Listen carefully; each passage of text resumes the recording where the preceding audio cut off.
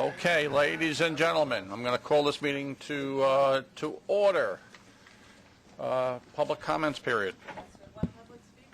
Mr. Bowden, come on down, sir.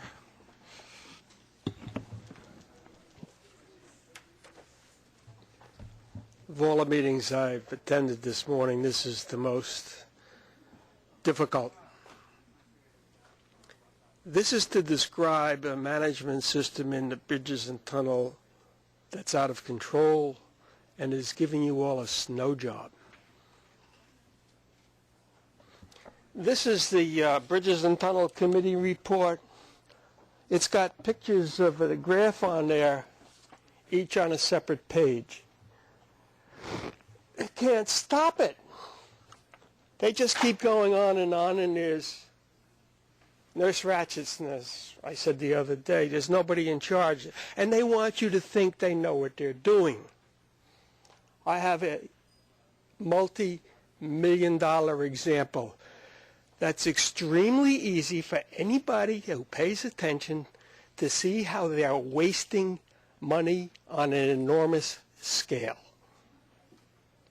They're installing high-speed readers on the Henry Hudson Bridge southbound. They've just constructed a new gantry to hold those readers. And they say, hey, we're doing this nice thing and we've got these lanes. They're on the lower level underneath another parkway. Intelligent people, which they are not, and I say this with a great deal of anxiety, would have put the readers underneath the roadway that already existed and not built an entirely new gantry that was completely unnecessary and a waste of money in this environment. How can you build a gantry for something when you've already got one up there called a roadway?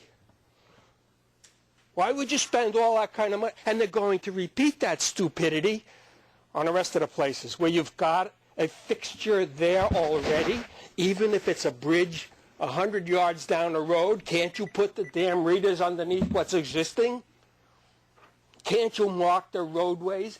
And you have 2 lanes going into 3 lanes? I'm very upset, to say the very least. It's my money that they're wasting.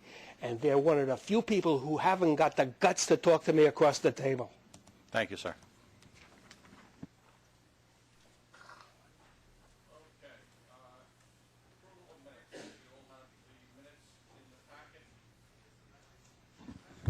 You all have the minutes in the packet. Do I have a motion? I move that they be adopted. Okay, second. Any discussion? Amendments, corrections? Okay, all in favor? Aye.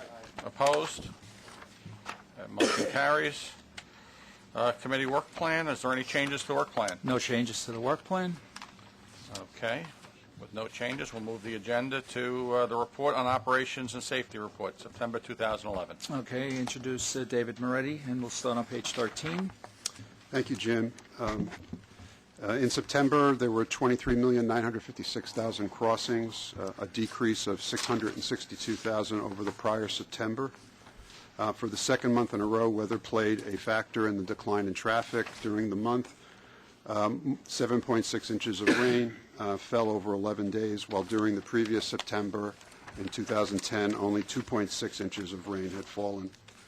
The average price of gas was $3.78, which is a little more than $1 higher than last September. And it's also the 6th consecutive month that gasoline on a year-to-year basis was more than $1 greater than the prior year.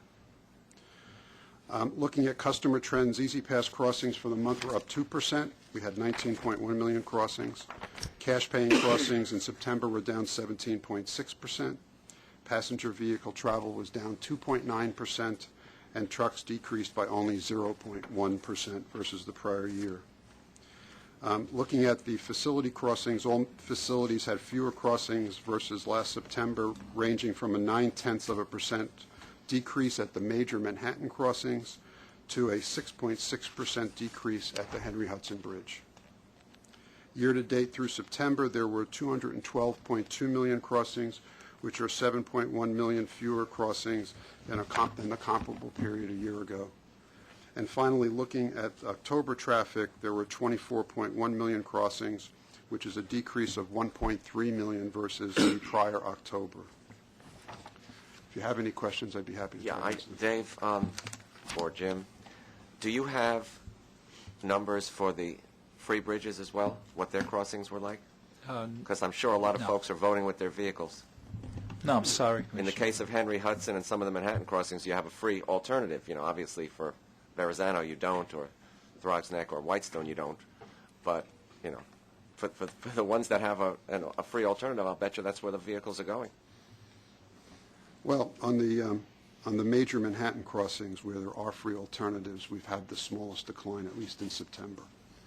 That's also, I'm going to say, partly due to the fact that they're doing work on the Brooklyn Bridge, which shifts some of the traffic to the Brooklyn Battery Tunnel, but it still overall has the smallest decline. So I think it might vary by the crossing, area, by the crossing.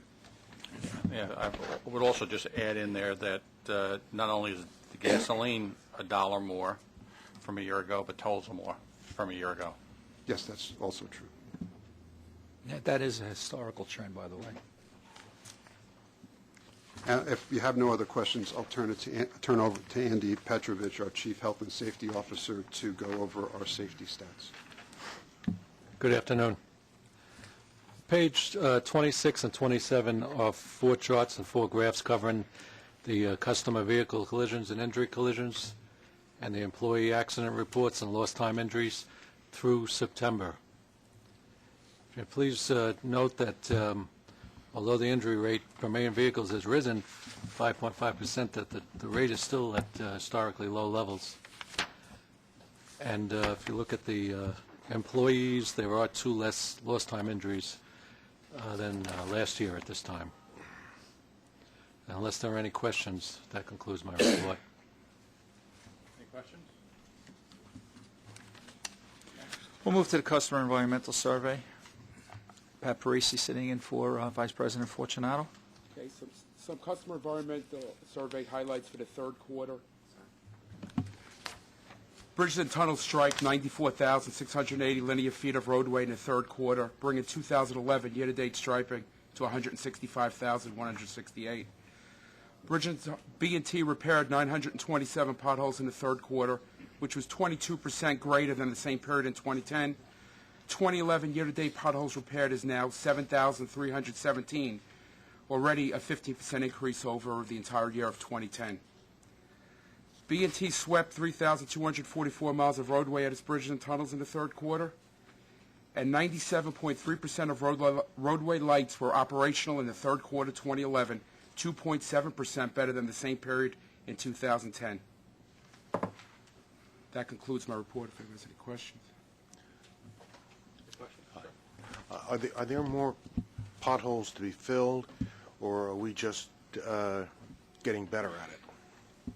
I think we're getting, but this year was an extremely up year with the weather patterns and the roadway upheavals and freeze-thaw cycles. So we did see record numbers, but I think we're out in front this year with a lot of paving work and getting these repairs done before we hit the winter period. Very good. Okay, next. We'll move to our Easy Pass performance report. Don Spiro. Thanks, Jim. Easy Pass report begins on page 37. Our market share was at almost 80% in September, up 3.7% from the previous year, which continues the trend we've been talking about all year. And as has been the case the last couple of months, every facility was again up from a year ago. More than 18,700 Easy Pass accounts were opened in September. Year to date, it's 134,000, which is almost 15,000 more than last year at the same time. The On-the-Go program continues to be successful. More than 5,700 On-the-Go accounts were opened in September, which is more than 30% of the total. And as we discussed last month, these On-the-Go sales continue to benefit from our new initiatives of sell tags at the Henry Hudson Bridge, where more than 6,700 tags have been sold to date, including more than 1,300 in September alone. And overall, more than 136,000 on-the-go tags have been sold since the program began a couple years ago, and more than 76% of those have been registered. If there's no questions on the Easy Pass report, I'll move on to the financial report, which begins on page 43. Toll revenue was actually up for the month about $1 million against the mid-year forecast, which was at 0.8%, so we had slightly higher than planned traffic against the July plan. Year-to-date, we're still down about $3.3 million, or 0.3% against the budget, and that's due to the effects of Tropical Storm Irene in August. Total expenses are about $6 million lower than the mid-year forecast. That's primarily due to the timing of maintenance and other operating expenses and materials and supplies. Overtime alone was about 14% lower than planned.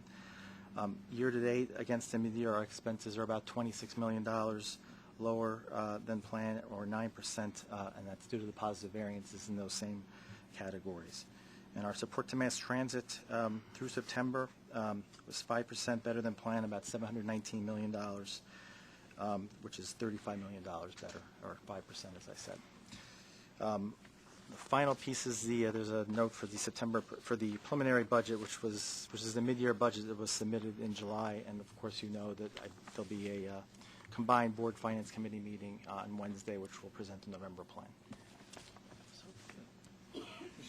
One quick question. I know that we'll probably get numbers on this in a couple of months.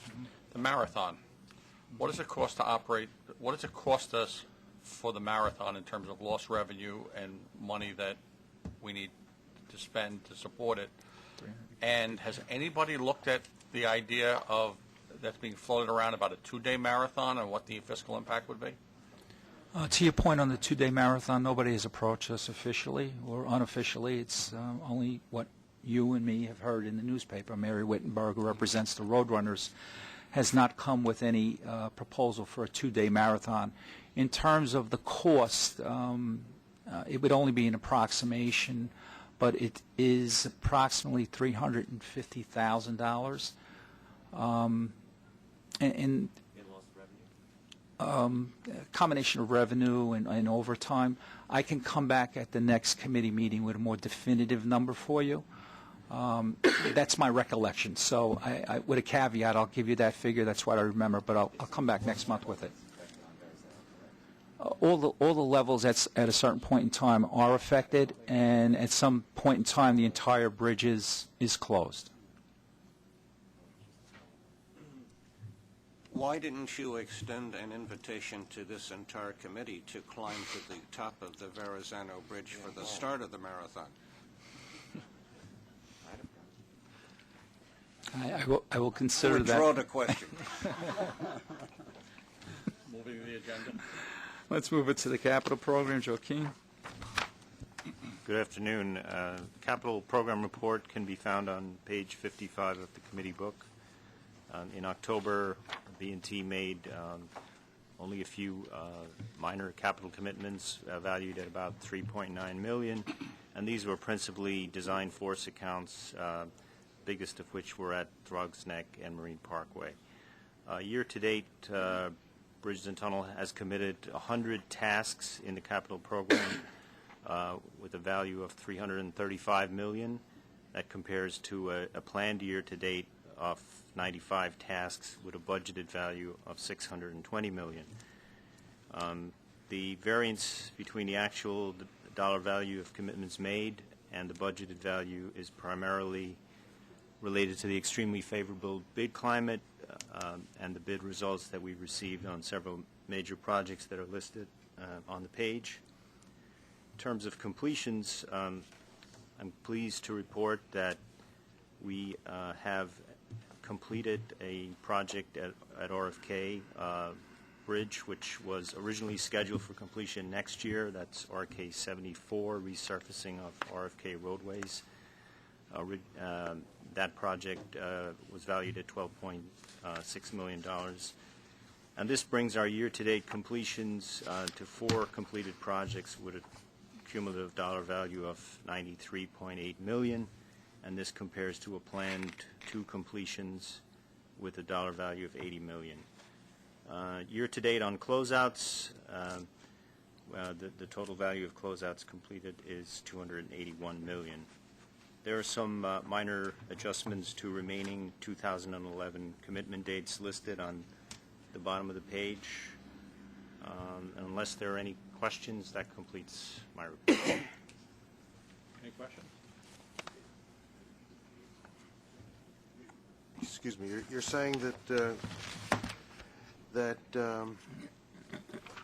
roughly a 50% drop in commitment dollars was due to lower than expected bids. I mean, that's pretty remarkable, isn't it? Yeah, it is. For example, on the Queens approach of the Bronx Whitestone, the budgeted construction value was $240 million, and the actual bid was about $110 million. Just to give you an example, these are the extremely aggressive bids that we've been receiving lately. So that's less than half in that case. So, well, that's either reflecting something on your bid estimation or perhaps some concern about the quality of the work you're going to get. It would seem to me that's a huge difference. Actually, in the case of that project at the Whitestone, the estimate was considerably lower than the budget. The budget had been established several years prior, so it was based on a higher sort of market conditions were tighter then, and the scope of work was the same. So it really is a reflection of the competitive nature of the contracting industry right now. That's some good news, I guess.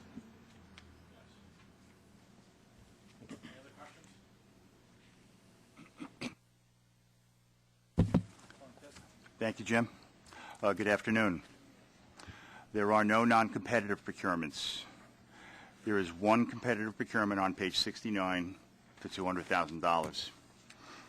It is a request for approval to write a New York City Transit personal service contract with Sam Schwartz Engineering, PLLC, for traffic engineering services on an as-needed basis through the expiration of NYCT's contract on January 8th, 2013.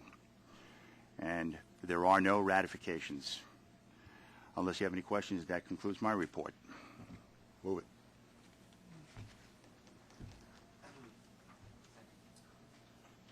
Isn't 200,000 too small, so we should throw it back into it? I move that the procurement be adopted. Do we have a second? Second. All in favor? And- Opposed? Thank you. Carries. Thank you. And that concludes. Okay, we're all done. We have any new business? Any questions? Any movement to adjourn? Okay, second. Thank you. Andrew.